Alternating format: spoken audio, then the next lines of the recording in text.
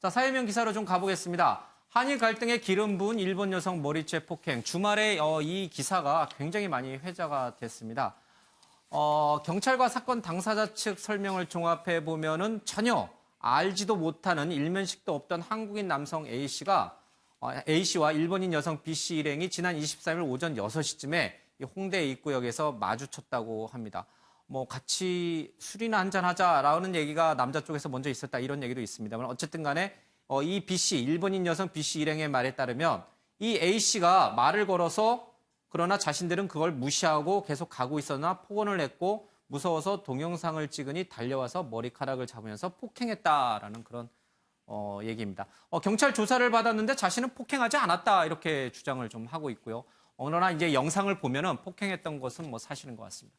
박성진 기자, 네. 지금 사실 한일 관계가 최악의 상황으로 가고 있거든요. 일각에서는 이대로는 안 된다, 한일 관계가 좀 풀려야 된다 이런 얘기도 있었고 여러 가지 뭐 미담 같은 그런 얘기도 많이 나왔습니다만은 이 기사 하나로 완전히 지금 일본 내 네티즌들 여론은 굉장히 지금 다시 또 혐한론이 들끓고 있어요.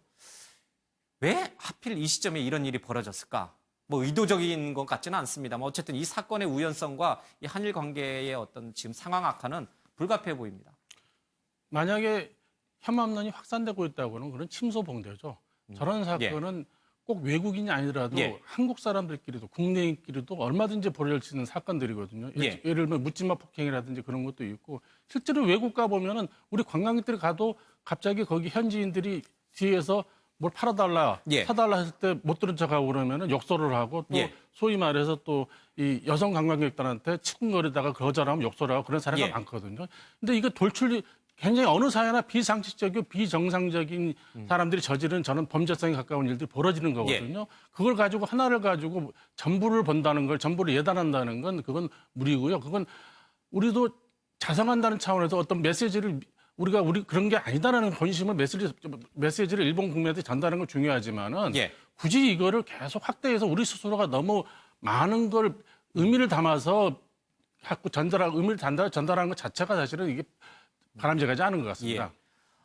그냥 우연히 벌어졌던 일이긴 한데 이것을 정치적으로 끌어들여서 혐한론을 부추기는 일본 내의 그런 분위기가 좀 잘못된 것이다. 그러나 뭐 이 부분을 인해서 한국을 여행 금지 국가로 빨리 지정해야 된다. 그런 이제 일본인들이 일본 외무성에 그런 촉구하는 얘기들이 계속 나오고 있습니다. 다음 기사 잠깐 보겠습니다. 홍콩 경찰 시위대 첫 경고 사격을 했다. 중국 주둔군 허수아비 아니다라는 얘기를 좀 하고 있습니다. 평화 시위로 가는 것 같았던 홍콩 시위가 다시 폭력 시위로 얼룩이 졌습니다. 한국의 민주주의를 배우고 싶다, 따라가겠다라고 했던 홍콩 시위대. 어디서 또 무엇이 잘못 꼬인 것일까요? 아무리 평화 시위를 해도 홍콩 당국이 바뀌지 않을 것 같아서 그런 건가요? 중국의 고집이 쉽게 꺾이지 않을 것 같습니다. 왜냐하면 절대 양보 안 하겠죠. 그렇죠. 몇 가지 카드만 들어주면 되는데 별로 어렵지 않은 것임에도 중국이 저렇게 고집을 부린 것은 결국 배후에 미국이나 영국 등 자유진영이 있다고 보는 것 같아요. 결국 그 파워 게임에서 밀려버리면 중국이 걷잡을 수 없는 뭐 인권 혁신 이런 부분의 정치 혁신 이런 부분에 대해서는 요구를 받을까 싶어서 중국이 굉장히 강경책으로 나오는 것 같은데 저러한 강경책이 상당히 지속될 것 같아서 홍콩 시민들의 참 안위가 걱정이 되는데 어쨌든 국제사회가 한 목소리로 중국의 인권 유린에 대해서는 강력한 압박을 가해야 홍콩에 대한 무력 개입이 없을 것이라고 생각합니다. 우리도 사실 과거에 이거 다 겪었던 거예요. 그렇죠? 이제 뭐 체류탄과 화염병이 난무하던 그런 시기도 좀 겪고요. 또 촛불 집회 같은 것도 다 겪어봤는데 뭐 폭력보다는 비폭력이 훨씬 더 설득력이 있다는 건 아마 홍콩 시민들도 잘 알고 있을 것 같습니다. 다른 기사 좀 보겠습니다. 트럼프가 시진핑은 적이다라고 얘기를 했어요. 시 주석을 자신의 친구다라고 얘기했던 트럼프 대통령이 이 무역 분쟁과 관련해서는 중국을 아주 거세게 몰아붙이는 것 같습니다. 특히 이 건군 70주년이 되는 10월 1일 날 트럼프 대통령이 중국 쪽에 대한 관세를 30%까지 올리겠다고 합니다. 김상일 시사평론가님, 이 중국과 미국의 무역 분쟁 정말 끝이 없이 계속 가는 건가요? 강대강으로 마치 마주 달리는 열차처럼 충돌 직전까지 가는 건가요? 브레이크가 없는 겁니까? 그 트럼프를 정치 이단화라고 우리가 이야기를 합니다. 트럼프의 스타일상 제가 볼 때는 어느 정도 자기가 협상에 우위를 쥐었다라고 느끼는 순간이 오기 전까지는 갈 것 같습니다. 그러나 자기가 협상의 우위를 줬다라고 또 그렇게 느끼는 순간에는 굉장히 극찬을 하면서 막 상황을 미화하면서 또 나올 것 같거든요. 그래서 지금 상황에서는 중국이 한 발 물러나는 모습을 보여주지 않는 한은 한동안은 저 추세로 계속 밀고 가지 않을까 이런 우려가 듭니다. G2인 미국과 중국의 충돌은요, 우리 경제에 미치는 여파가 상당합니다. 금융시장이 요동칠 수 있고요. 우리도 수출이라든지 여러 가지 부분에서 큰 어려움이 좀 예상이 됩니다. 근데 트럼프 대통령이 중국에 진출한 미국 기업들 철수해라, 명령한다 이런 표현을 썼는데 지금 이 자유민주주의 국가인 이 미국의 제도 시스템 상에서 대통령이 기업들한테 너네 어디 국가에 들어가라, 투자해라, 마라 이렇게 할 수 있는 건 아니다라고 얘기를 했더니 야, 비상경제권법이라는 게 있어. 너네 그거 좀 봐봐. 이렇게 이제 트럼프 대통령이 얘기했습니다. 윤 변호사님, 이거 말 되네요? 이게 사실 이게 독재국가에서나 있을 수 있는 일이거든요. 그러니까 관련법이 있는데 그것은 이제 비상 선포를 하고 비상사태 선포를 하고 환율 거래니까 외환거래를 규제할 수는 있어요. 그러니까 외환거래 규제가 되면 기업들 입장에서는 이제 들어올 수밖에 없는 입장이 되긴 되겠죠. 그런데 저것은 아마 압박용으로 띄운 것 같고요. 지금 사실 미국 경제가 뭐 좀 침체기로 접어들었다 이런 평가도 있습니다만 굉장히 호황기잖아요. 지금 비상 경제 시국인지 그 부분에 대해서도 사실 동의하기 어려워하는 부분이 많이 있는 것 같습니다. 자, 하나 더 보겠습니다. 지난주에 이 빈부격차와 관련된 중요한 2분기 가계소득 동향이 나왔는데 보니까요. 하위 20%의 소득이 전반적으로 올랐어요. 그런데 문제는 일을 해서 소득이 오른 게 아니라 일에서 얻는 근로소득은 줄고 정부가 재정적으로 지원해주는 그 소득이 늘어나면서 하위 20%층의 소득이 올랐습니다. 자, 전체적으로 하위 20%의 소득이 올랐으니 양극화는 최악이다라는 언론의 평가는 잘못됐다. 이호승 청와대 경제수석이 브리핑까지 하면서 설명을 했는데 동의하시나요? 요즘 정부가 하는 얘기를 보면요.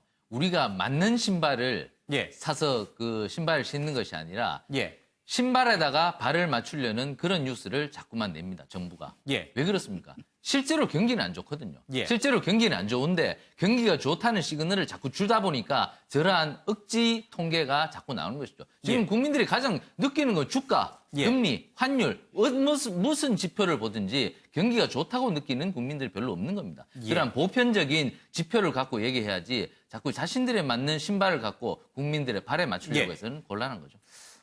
이 이호승 경제수석은 빈부격차가 역대 최고를 기록한 주 원인 가운데 하나로 고령화를 좀 꼽았습니다. 1분위, 그러니까 우리 소득 하위 20%죠.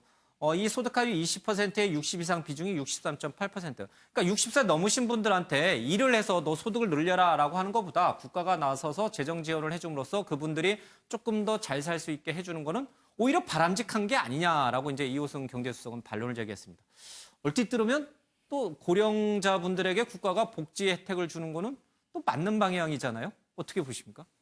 지금 아까도 말씀하셨다시피 이 정부가 지금 보니까 자기가 보고 싶은 것만 보는 겁니다. 물론 저기도 일리가 있는 말입니다. 지금 고령연금, 기초연금이 올 25만 원, 30만 원 올려가지고 그만큼 효과가 나오거든요. 수치적으로는요. 분명히 있는 거지만 전체적으로 봤을 때는 지금 여러 군데 지적하지만 자영업자라든지 무직자 가구라든지 대리기사 같은 특수 형태의 근로 종사자들, 이 소위 비근로자 가구라 하거든요. 이 소득 자체가 감소하는 게 이번 양극화의 원인이라는 거 지금 지적을 하거든요. 그 부분이 훨씬 더 커 보이는 겁니다. 그렇지만 이 이호승 수석 같은 경우는 보면은 자기 입장에서 유리한 부분만 강조를 하는데 전체적인 틀에서 이거 분석을 해줘야 되는 게 필요하다는 거죠. 정부는 이런 정책이 효과를 나타내고 있다라고 판단했는지 내년도 슈퍼 513조죠. 슈퍼 예산을 책정하면서 복지 지출을 더 늘려가겠다라고 얘기를 하고 있습니다. 잘 가고 있는 것인지 경제정책이 제대로 방향 설정을 해서 가고 있는 것인지. 그러니까 그렇게 질문을 하신다면 지금은 그렇게 할 수밖에 없는 상황이긴 해요. 근데 문제는 뭐냐면 그것을 상황을 근본적으로 바꿀 수 있는 것과 함께 가야 되는데 그 부분이 지금 빠져 있다는 게 문제인 것이고요. 저는 이호승 분이 경제수석께서 저렇게 관료로서 저렇게 얘기하면 안 된다고 보는 게요. 이전 소득과 근로소득은 전혀 다른 이야기인데 그걸 묶어서 이야기를 하면 국민을 호도하겠다는 것뿐이 안 되는 거고 그다음에 그 1분위 그 소득에서 2분위로 많이 올라갔기 때문에 1분위가 더 낮아졌다. 이런 표현도 굉장히 통계를 왜곡하는 게 이게 5분이라는 게 상위 20%, 하위 20% 이렇게 하는 거기 때문에 이게 일종의 규모이자 숫자입니다. 근데 아래 규모가 똑같이 20%로 존재하는데 그게 위로 올라간 사람이 무슨 의미가 있습니까? 저거는 경제 관료로서는 저런 식으로 얘기하면 저는 진짜 저거는 잘못된 자세라고 생각합니다. 알겠습니다. 정부가 내놓은 정책 하나만 더 얘기를 좀 간단히 하겠습니다. 소득 부부 합산이에요. 소득 8,500만 원 이하 가구 금리 1%의 주택대출로 갈아타라.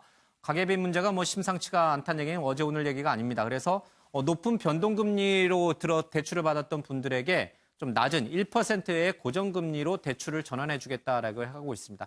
부부 합산 소득 1억 원까지 신청이 가능하다 하니까 자신이 혹시 해당된다면 낮은 금리로 빨리 갈아타시기 바랍니다. 자, 김유진 아나운서의 얘기 좀 듣고 오겠습니다. 이슈들을 사진으로 살펴보는 시간 이슈컷입니다. 첫 번째 이슈 태그는 걱정 끝입니다. 이맘때가 되면 등장하기 시작하는 고추 말리는 풍경. 여기 아주 특별한 농산물 건조장이 있는데요.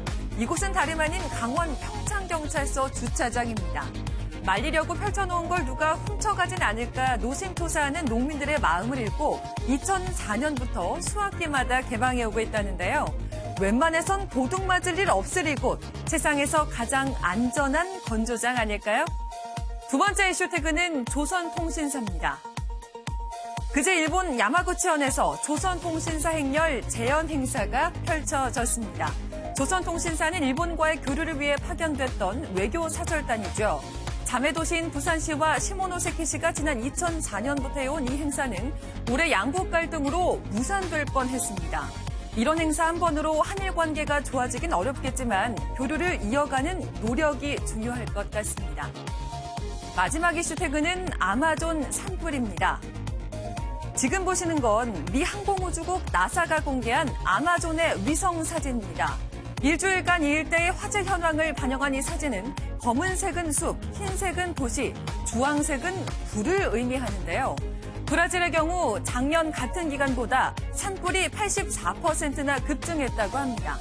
이래서야 지구의 허파가 그 기능을 제대로 할 수 있을지 걱정이네요. 지금까지 김유진의 이슈컷이었습니다. 아침엔 매일경제 여기서 마칩니다. 시청해주신 여러분 고맙습니다.